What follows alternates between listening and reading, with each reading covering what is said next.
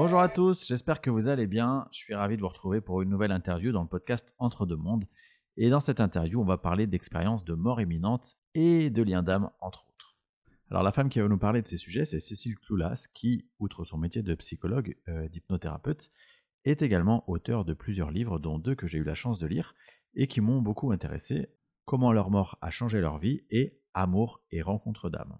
Le premier livre, il est sorti en 2021. Le second, il vient tout juste de sortir et le tout est publié aux éditions Erol. Alors ces sujets, ils sont évidemment passionnants et en plus, ils sont racontés par une personne, vous allez voir, qui l'est tout autant.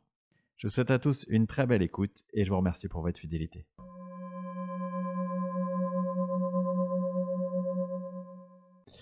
Alors Cécile, bonjour et merci beaucoup d'avoir accepté mon invitation dans ce podcast Entre deux mondes. Pour commencer, et traditionnellement, je vais te demander de te présenter à nos auditeurs. Alors déjà, bonjour Xavier et merci beaucoup pour l'invitation parce que j'aime beaucoup ton podcast et la manière dont tu présentes la spiritualité. Merci beaucoup. Comment me présenter? Je suis une psychologue ouverte à l'invisible. C'est peut-être la définition la plus simple et la plus rapide. Donc je suis psychologue diplômée d'État et hypnothérapeute. Donc je suis formée à l'hypnose ericksonienne, à l'hypnose spirituelle et aussi à l'EMDR. Donc le MDR, je crois que tu en as déjà parlé aussi peut-être dans tes podcasts. Et moi, ce que j'aime, c'est allier, alors dans ma pratique et dans mes livres, ce qui est de l'ordre de la psychologie, donc des comportements qui sont conditionnés par notre environnement social, familial et le spirituel, c'est-à-dire ce qui ne peut être explicable par aucune science ou aucune théorie psy, même si pour les EMI, il y a évidemment une partie scientifique. Et de toute façon, la psychologie, c'est ça, hein, étymologiquement, psyché, c'est l'âme, et logos, la science. Donc, c'est ce qui est justement entre deux mondes, tu vas pour l'intitulé de ton podcast. C'est exactement ça. On va revenir sur tes livres et on va en parler parce que j'ai eu l'occasion de les lire et c'est très intéressant. Mais avant, j'aimerais qu'on fasse quand même un petit focus sur qui tu es et sur justement ton éveil spirituel. Comment ça arrive, toi, dans ta vie, cette notion de la spiritualité au sens large? Je dirais que je l'ai toujours eu. Et c'est d'ailleurs la raison pour laquelle j'ai voulu être psychologue. Parce que quand on poursuit des études, évidemment, on ne va pas se dire je vais devenir médium ou accompagnatrice spirituelle, surtout quand on passe le bac, etc. Et la psychologie me passionnait avec cette attirance-là. Sauf que dans mes études à l'époque, il n'y avait aucun cours sur même l'hypnose. Or, et même Jung, qui est quand même le précurseur de la jonction entre l'invisible, qui était donc aussi psychologue, psychiatre, et donc lui n'était pas du tout enseigné dans mes cours de psychologie. Il était un peu borderline pour les enseignants. Et alors il y avait quelques cours. Moi je me souviens d'un cours sur la relaxation analytique où quand même on relaxait le corps et on arrivait un petit peu à analyser ce qui se passait au niveau de l'inconscient. Mais donc du coup moi ces études-là je les ai poursuivies parce que c'est ce qui me passionnait. Et puis après j'ai eu, alors tu sais, on a ça dans la vie, hein, une envie irrépressible de me former à l'hypnose spirituelle quand ça commençait à être possible. Et puis après, dans les séances, voilà, ça vient comme ça. Donc en fait, tu sais, quand on sent qu'on est aligné avec ce qu'on ressent, donc en fait, ce bagage-là de psychologue, je crois qu'il m'a aussi été donné pour pouvoir aborder sainement la spiritualité et l'invisible. Et je m'en rends compte même dans les interviews, dans les livres, le fait de pouvoir en parler sainement, ça permet de ne pas passer pour un illuminé ou une illuminée perché et de pouvoir rendre accessibles ces sujets-là à tout le monde. Parce que les personnes les plus cartésiennes, les plus rationnelles, parfois s'en empêchent, se l'interdisent parce que ça ont peur du regard des autres, tout simplement. Or, elles rencontrent ce type d'événements-là, que ce soit des contacts avec les défunts ou d'autres manifestations, et de pouvoir en parler avec une psychologue, de pouvoir être accompagnée par la spiritualité, par ce contact-là avec le moi supérieur, c'est bénéfique pour tous, en fait. Ouais. Est-ce que comme toi, on a un parcours plutôt du coup conventionnel à la base, c'est pas un peu compliqué? Enfin, est-ce qu'il n'y a pas une notion de regard des autres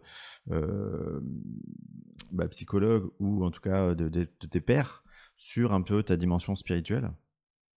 Bah, écoute, j'ai envie de dire que j'étais presque étonnée par l'accueil. Et tu vois, là, mes derniers livres sur LinkedIn, qui est donc la plateforme pro quand même, quand j'ai présenté les livres, j'ai toujours eu de bons accueils. Et à côté donc de mes livres et de ma pratique en cabinet, j'ai aussi un institut d'études donc très cartésien sur l'analyse du comportement, du consommateur, etc. Et même mes clients, donc qui travaillent dans des grands groupes, etc., ne regardent pas cette dimension-là comme étant ça y est. Elle est partie, on l'a perdue. C'est ça, on l'a perdue. Pas du tout. Et je crois que voilà, il y a peut-être quelque chose qui se passe en ce moment où les personnes sont mûres à entendre ça. Mais après, enfin, on va en parler, j'imagine, plus en détail. Mais tu vois, moi, mes derniers livres, ils parlent de sujets majeurs de notre existence et qui nous concernent tous. C'est le corps avec au-delà du corps, l'amour avec amour et rencontre d'âme, et la mort avec comment leur mort a changé leur vie. Ces trois sujets-là, ils nous concernent tous. Donc, la différence, c'est le lien avec cette dimension autre, et c'est en plus. Et donc, c'est cette ouverture-là, tout le monde, évidemment, est concerné. Donc, après, ceux qui restent dans le déni ou qui ne veulent absolument pas entendre parler de ce genre de sujet, on va les laisser cheminer. De toute façon, il arrivera peut-être sur leur chemin aussi des rencontres qui vont ouvrir, éveiller leur conscience. Hein. Oui, bien sûr. Comment tu deviens, tu te dis: «Tiens, d'un jour à l'autre, je vais me mettre à écrire». Est-ce que c'était quelque chose qui était déjà présent, en toi? Ou est-ce que c'est venu comme ça, du jour au lendemain? Alors, c'est venu, parce qu'on me l'a proposé déjà pour le premier, mais le premier n'était pas vraiment autour de la spiritualité, c'était autour de l'inconscient. Il s'appelle «Ces marques qui nous gouvernent». Donc c'était en lien avec justement mon activité plutôt marketing, mon côté psy-marketing et l'inconscient. Et en fait, c'est un éditeur qui avait envie de lancer une collection qui s'appelle, Ellipse, l'éditeur. Et après, alors, moi j'ai un peu baigné dedans puisque mon papa était auteur, de biographies historiques. Donc voilà, c'était un écrivain assez connu dans son domaine-là, la Renaissance. Et donc après, c'est venu par alors sur donc le deuxième livre, c'est sur les entretiens de personnalité, se valoriser, etc. Et donc les trois qui sont plus autour de la spiritualité, donc comment leur mort a changé leur vie. Là, c'est encore une fois une envie. Tu sais, moi, ce que je dis tout le temps, l'intuition. Alors, certaines personnes appellent ça le sixième sens, d'autres l'intuition, d'autres savent que c'est un lien avec leur guide.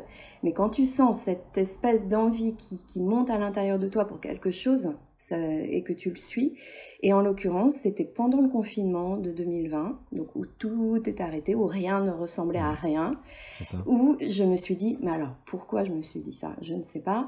Et qu'est-ce qui se passe dans sa vie après avoir vécu une expérience de mort imminente, après avoir vécu une EMI? Il y a énormément de livres sur l'expérience en tant que telle, mais comment on revient de ça et comment on est transformé après ça. Idée qui vient, je ne sais pas vraiment d'où. Et puis, je commence à contacter des personnes, donc encore une fois, c'était une période où on avait quand même pas mal de temps, qui avaient vécu une amie, donc soit des personnes qui avaient déjà écrit un livre sur leur expérience, soit des personnes qui avaient témoigné.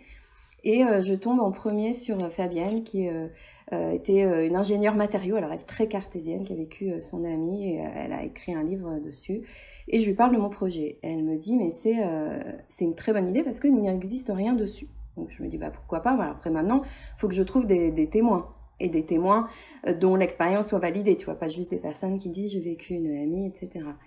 Et là, elle me dit, donc par hasard, j'adore dire hasard, parce que c'est voilà, bah écoute, je suis amie avec Sonia Barkala, qui est la réalisatrice de Faux Départ, qui est un documentaire sur les EMI, qui est un très beau documentaire. Je contacte Sonia, et elle me dit pareil, bah, c'est vraiment une très bonne idée, et elle me donne tous les contacts.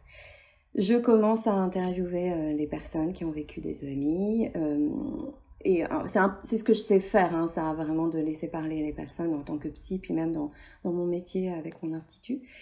Et puis, ça prend forme, une forme de livre, mais même sans l'avoir décidé.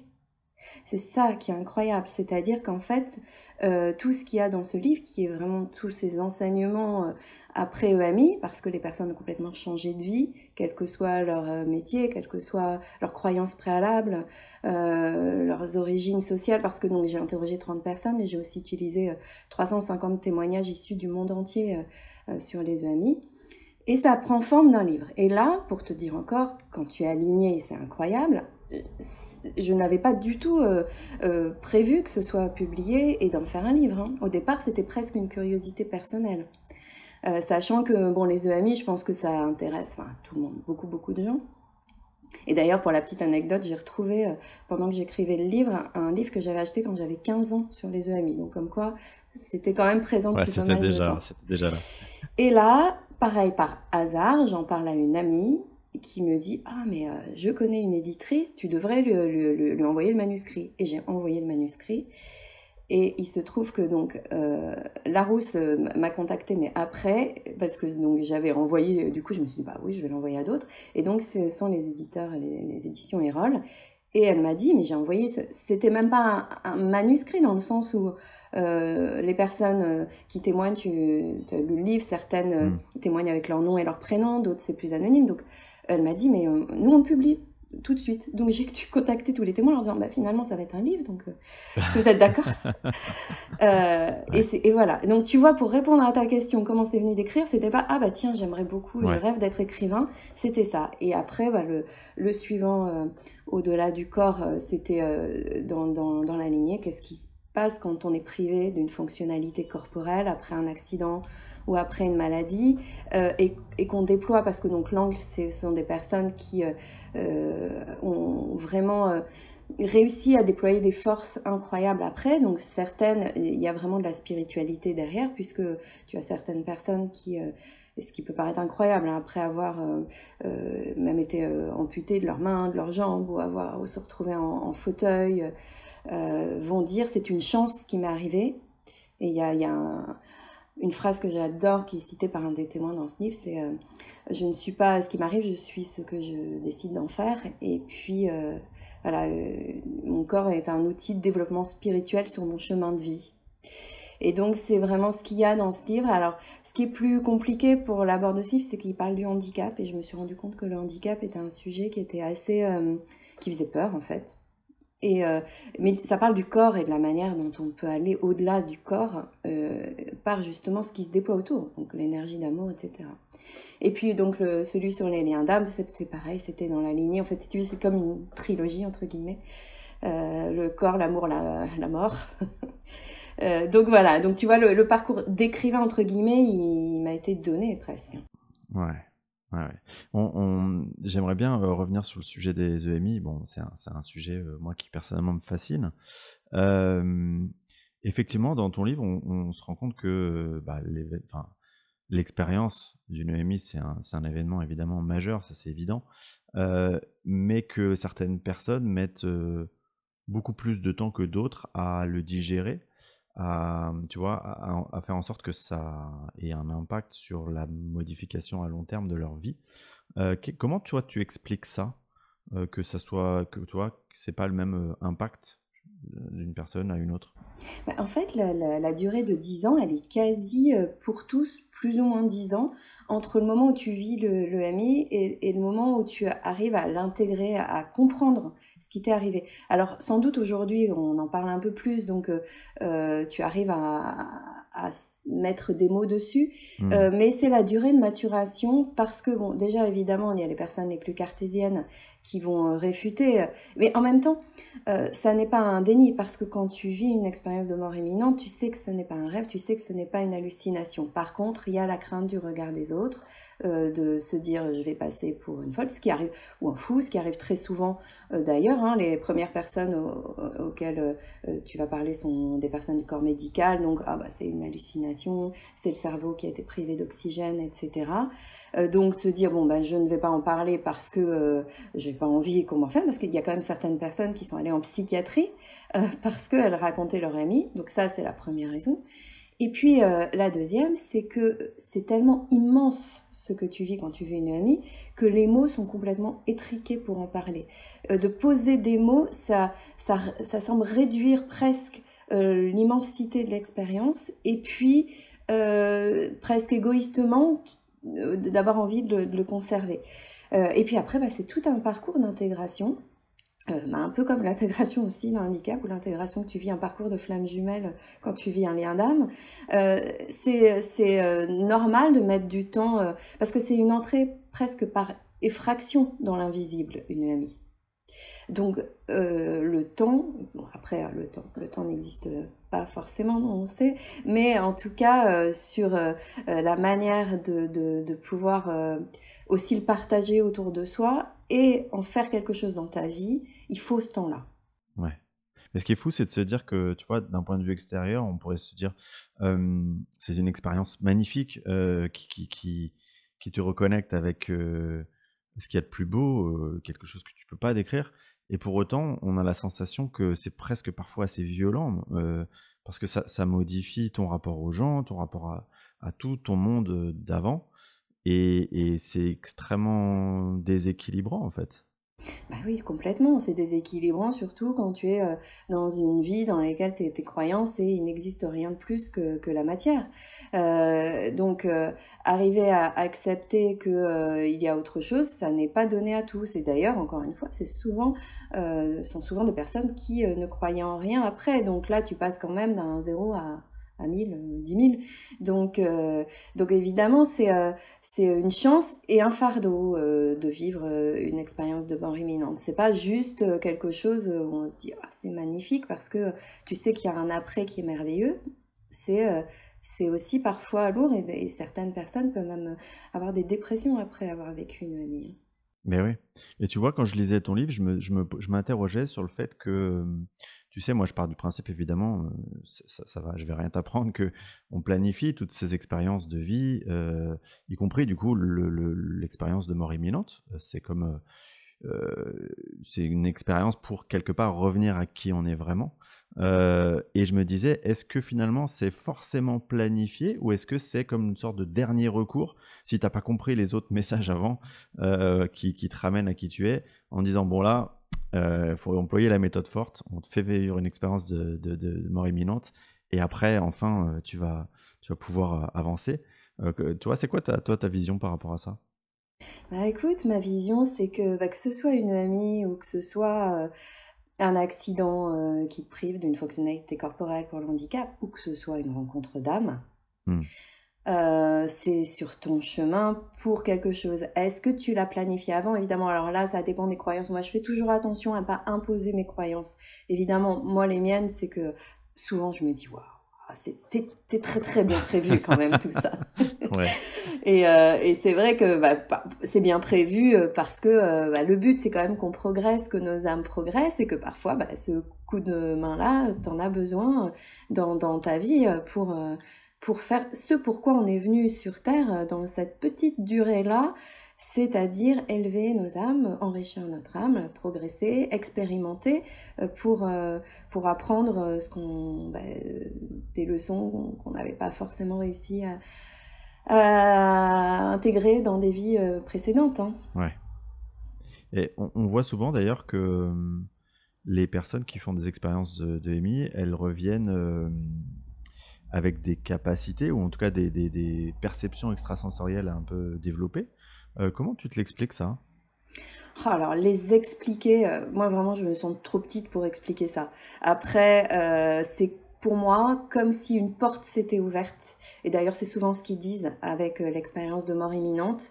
Et qu'ils avaient créé un canal avec cette autre dimension et que tu vois c'est pas juste un don dans le sens je suis revenue d'ailleurs je pense que les médiums enfin les vrais médiums les personnes qui ont des capacités ne disent jamais c'est un don on se sent jamais supérieur Bien sûr. par Ouais, rapport tout à fait. à cette capacité là et c'est d'ailleurs aussi la raison pour laquelle il faut 10 ans d'intégration quand tu as vécu une AMI parce que quand tu reviens avec des précognitions des prémonitions que tu arrives à avoir la mort proche de quelqu'un, etc., c'est savoir qu'en faire Et puis comment en parler, c'est aussi ça qui est long.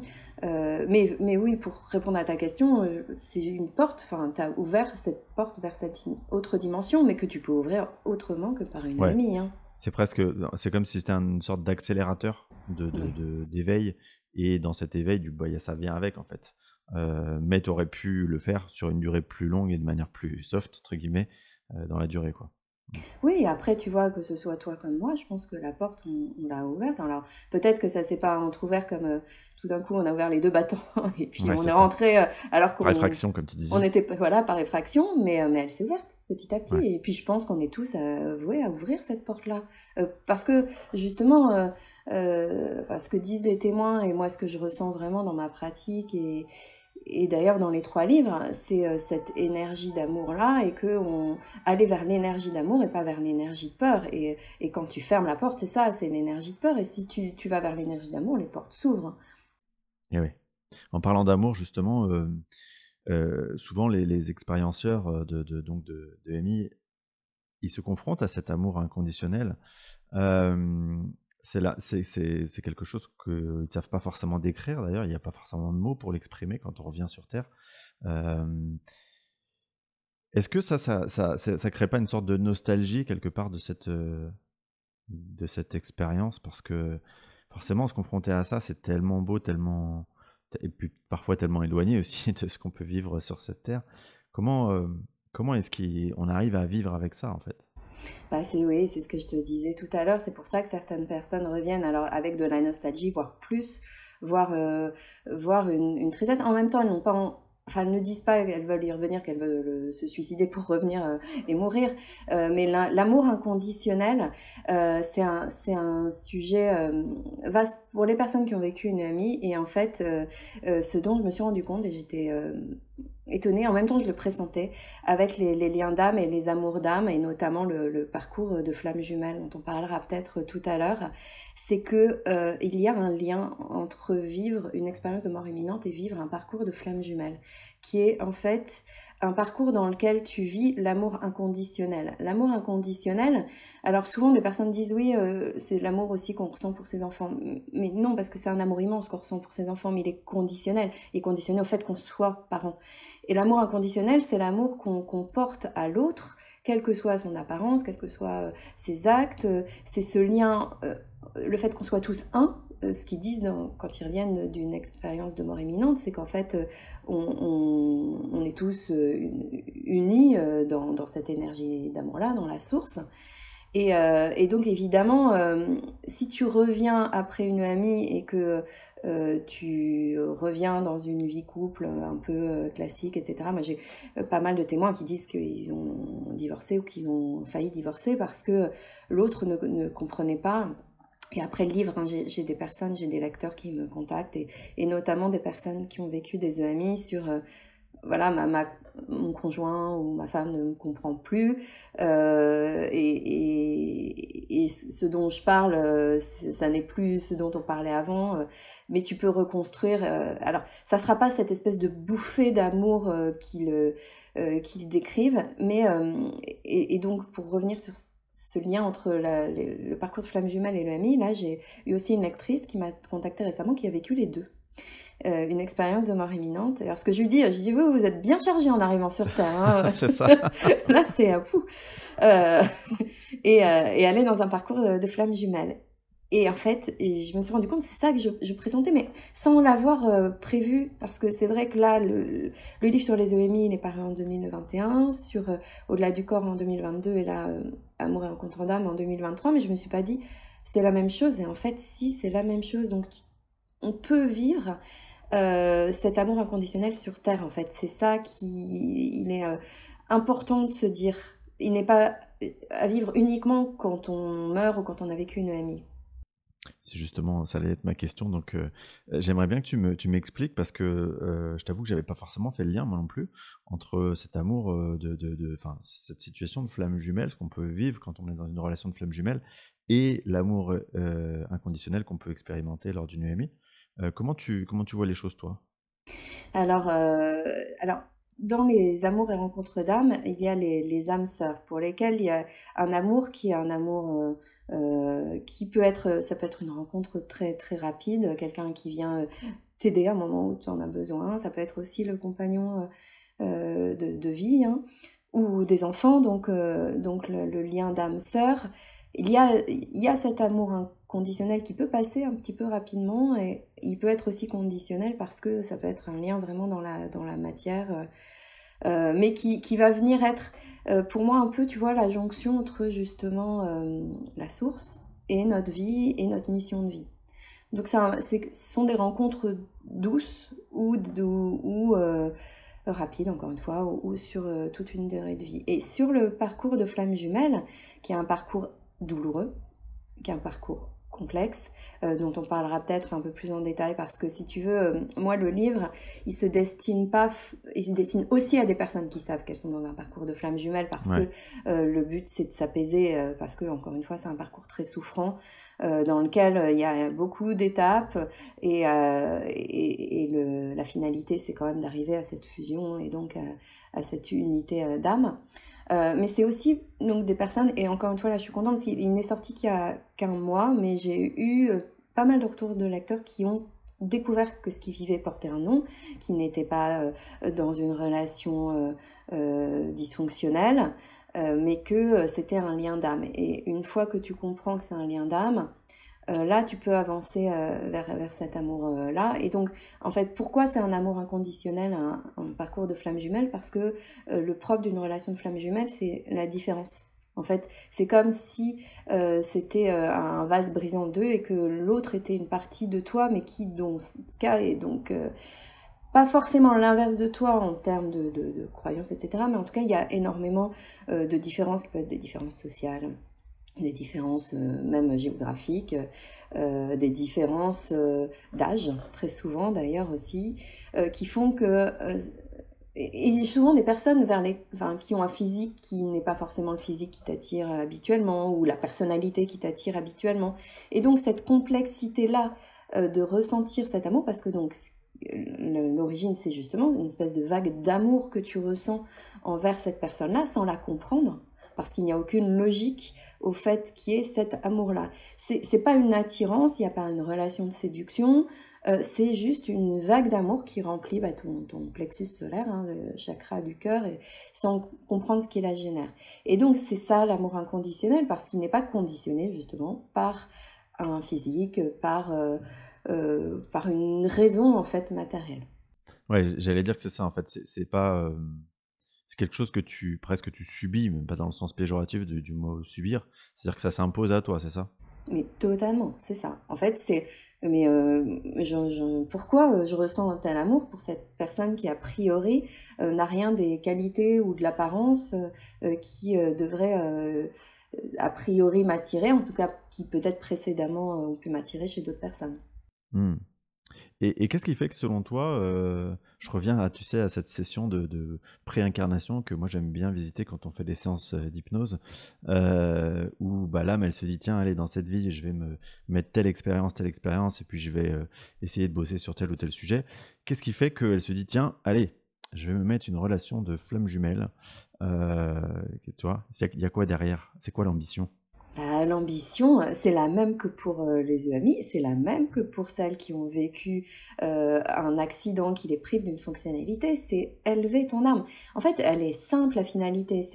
Alors, te dire, quand tu es là-haut, dans ton entre-deux-vie, et que tu choisis un petit peu ta campagne de choix, moi je dis parfois avec humour, bon, alors, qu'est-ce que je vais avoir sur mon chemin? Et en fait, qu'est-ce que je n'ai pas compris précédemment? Qu'est-ce que je dois comprendre? Et puis surtout...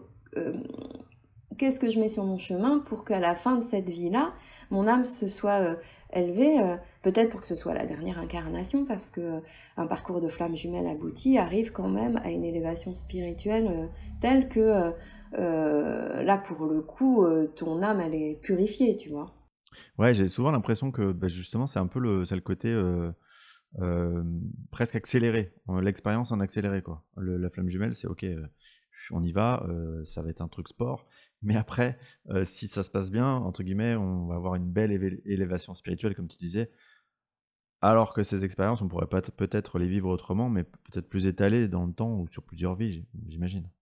Oui, alors après, il y a des personnes qui n'arrivent pas à l'aboutissement du parcours de flammes jumelles et tu vois, c'est pour ça aussi que pour moi, le livre, il est important parce que quand tu es dans les phases les plus douloureuses où tu ne comprends où tu souffres, hein, vraiment la nuit noire de l'âme, elle est profonde dans un parcours de flammes jumelles parce que c'est une relation, déséquilibrée, inégale, parce que, alors ça dépend, si tu es celui qui est éveillé au lien, donc on appelle généralement dans un parcours de flammes jumelles le chaser, mais moi j'aime bien euh, identifié comme étant celui qui ressent l'élan, et puis l'autre qui est moins éveillé et qui est dans le repli et qui est là pour te faire travailler tes blessures, pour te faire progresser, mais qui va aussi s'ouvrir au lien, s'ouvrir à...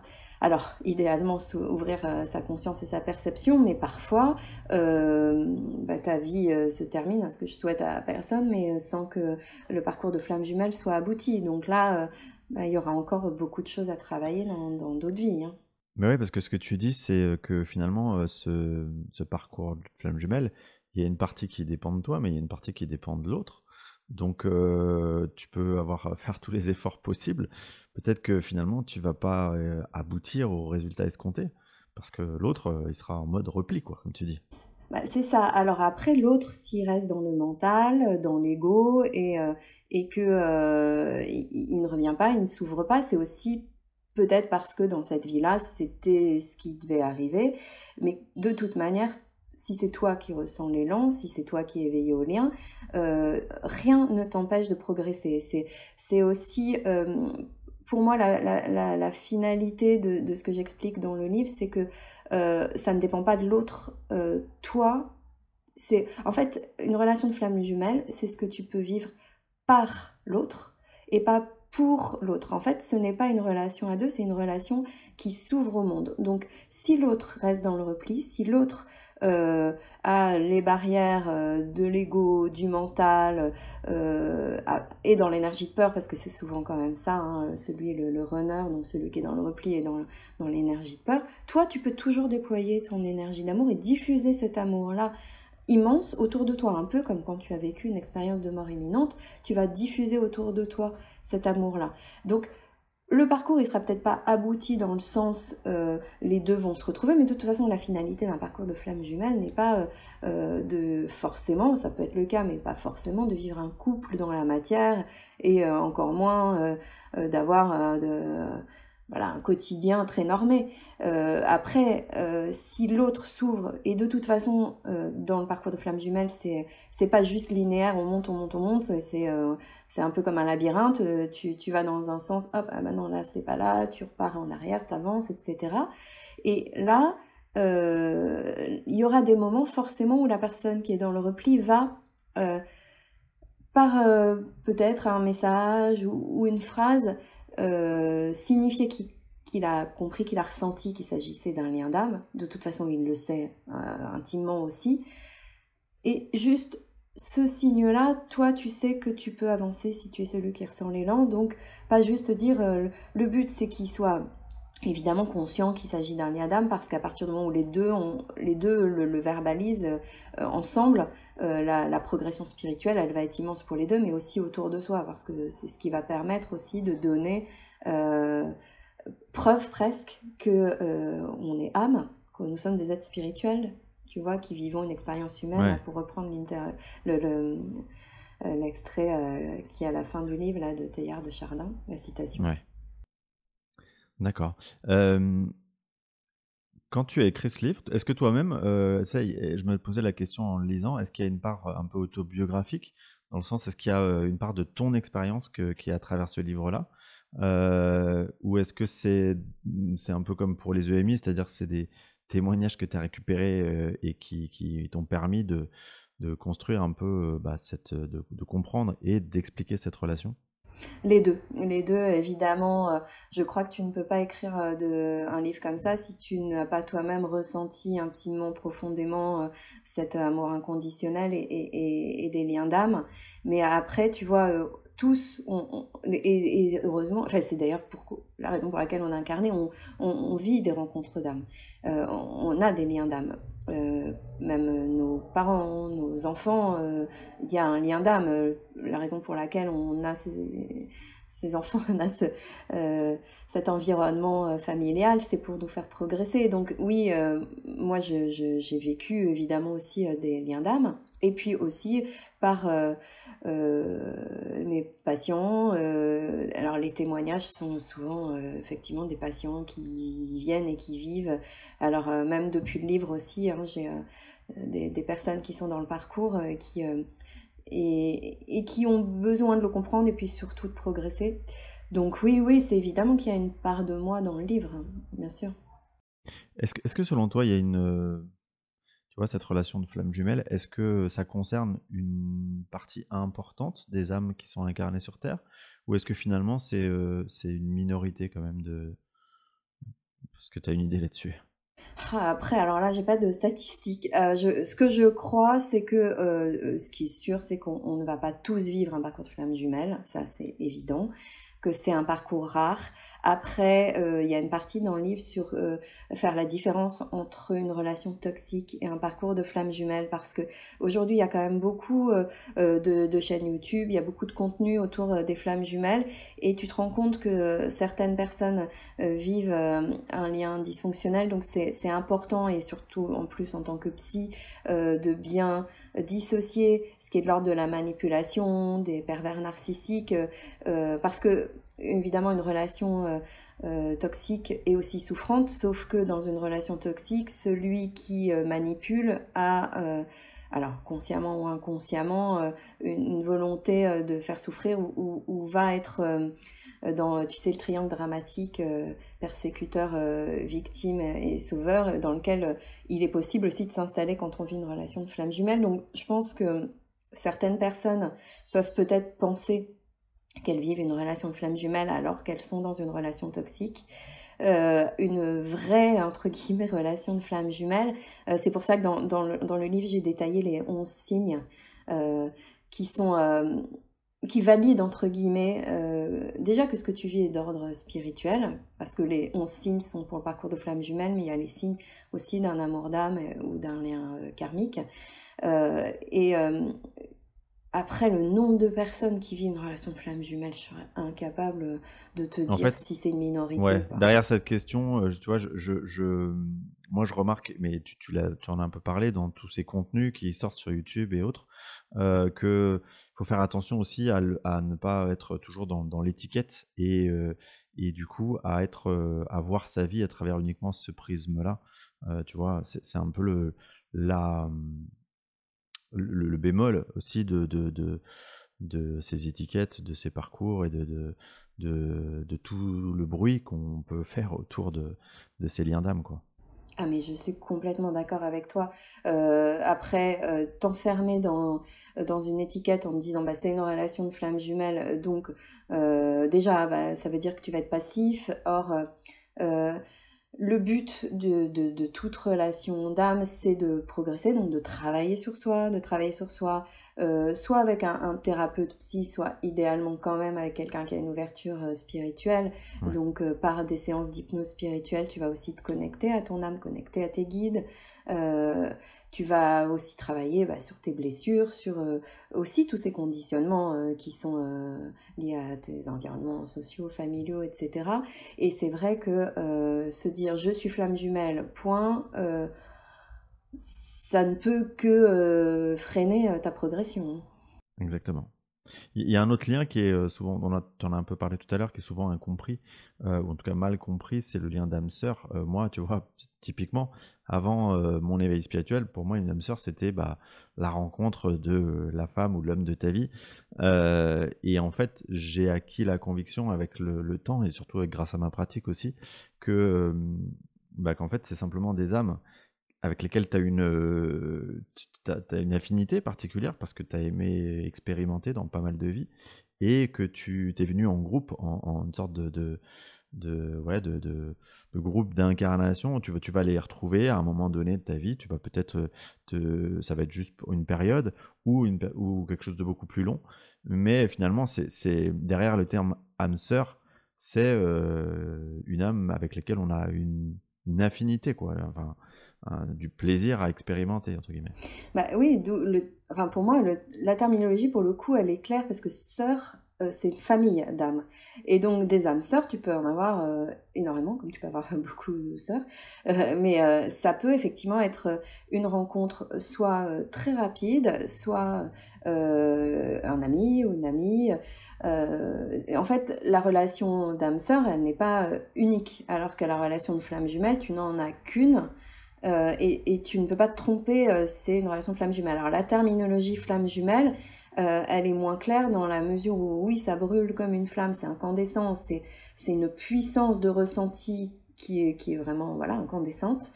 Après, jumelle, c'est pas une gémellité dans le sens ressemblance, puisque c'est l'inverse, justement. C'est plus ce que je dis dans le livre comme une gémellité siamoise, c'est-à-dire que tu as été collé, puis on t'a séparé par une chirurgie avec cette autre qui est à la fois différent et en même temps avec lequel tu as une connexion spirituelle intense. Donc, ce qui est aussi l'un des signes qui est important, c'est cette connexion invisible que tu as avec ta flamme jumelle, avec des synchronicités, avec énormément de choses qui vont un peu te prouver. Et puis, le doute, tu vois, dans une relation de flamme jumelle aussi, il est sain de se dire, mais qu'est-ce que je suis en train de vivre? Donc, c'est pas juste...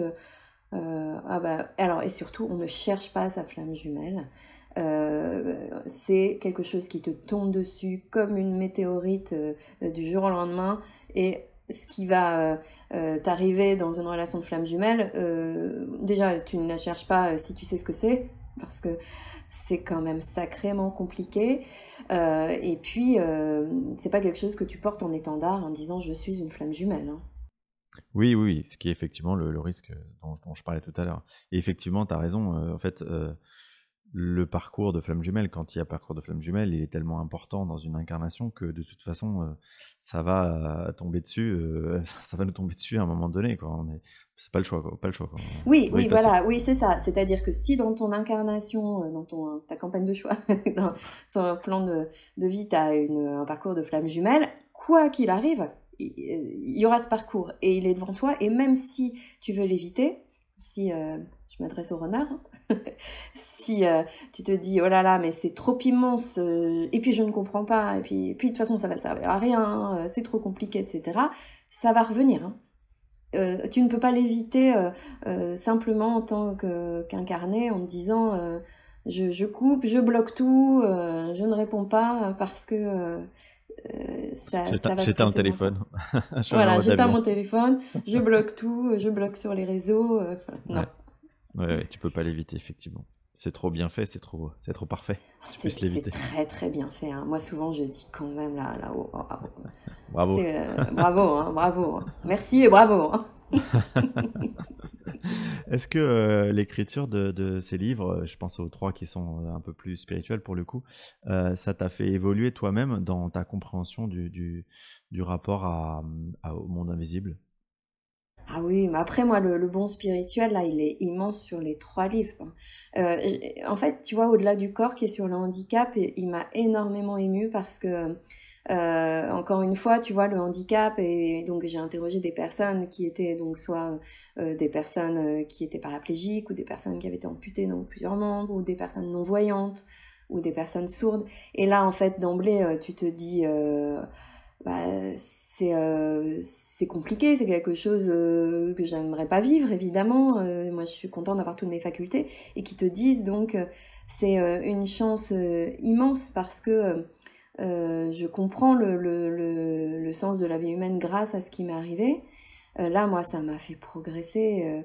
J'ai aussi une perception différente. Tu sais, la pitié, c'est vraiment ce qui est le plus difficile à vivre quand tu es une personne en situation de handicap.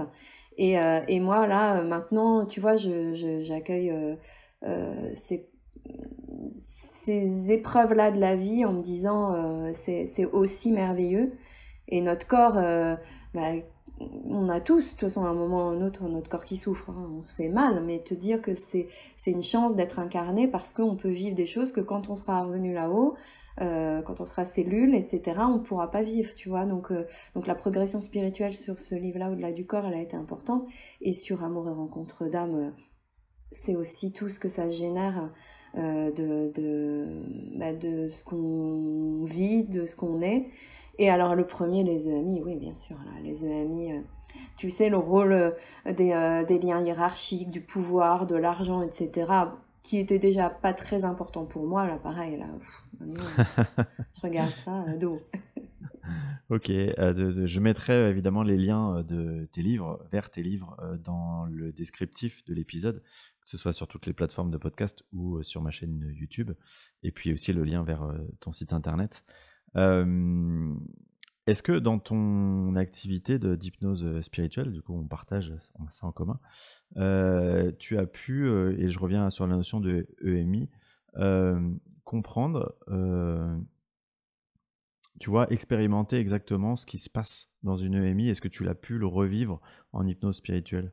Oui, alors figure-toi que j'ai eu justement même récemment un monsieur qui a vécu une expérience de mort imminente et quand il est revenu, qu'il en a parlé, tout la personne du menant, enfin voilà. Et il avait cette frustration-là, l'impression de ne pas l'avoir intégré suffisamment ou vécu ou pas avoir compris certaines choses. Et donc il est venu en séance.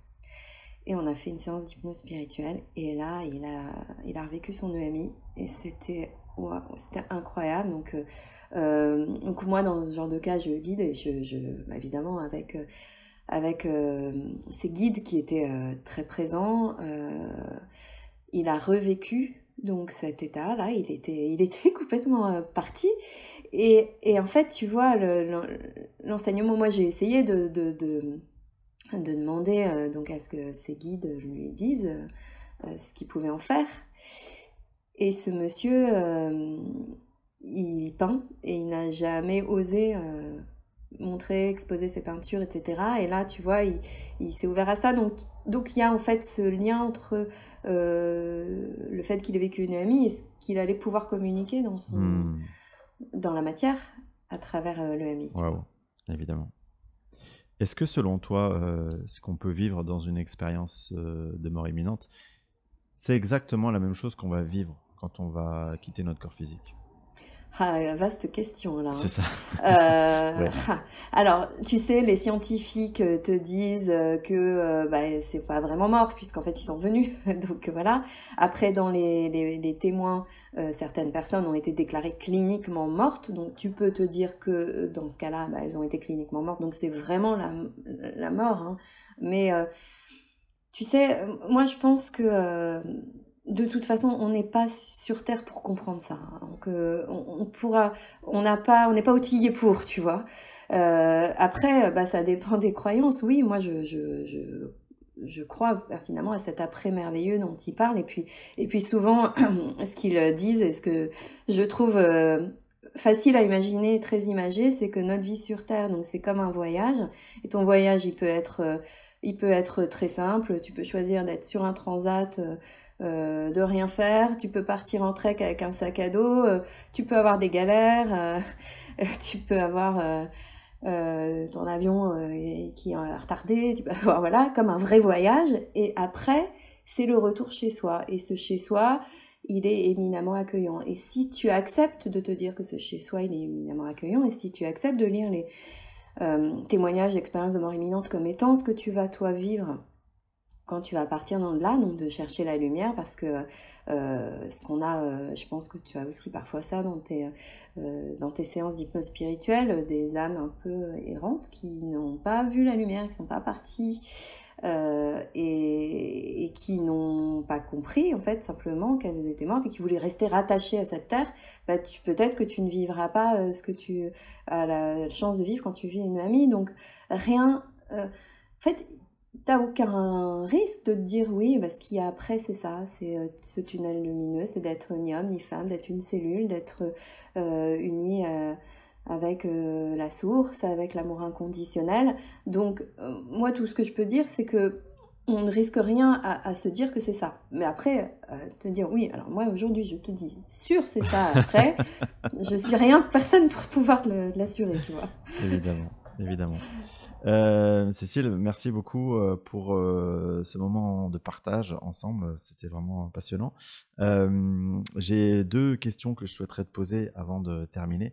La première, donc toi-même tu écris, mais est-ce qu'il y a des livres dans ton parcours qui t'ont vraiment marqué, dans notre domaine, hein, de la spiritualité? Est-ce qu'il y a des quels sont tes livres de référence?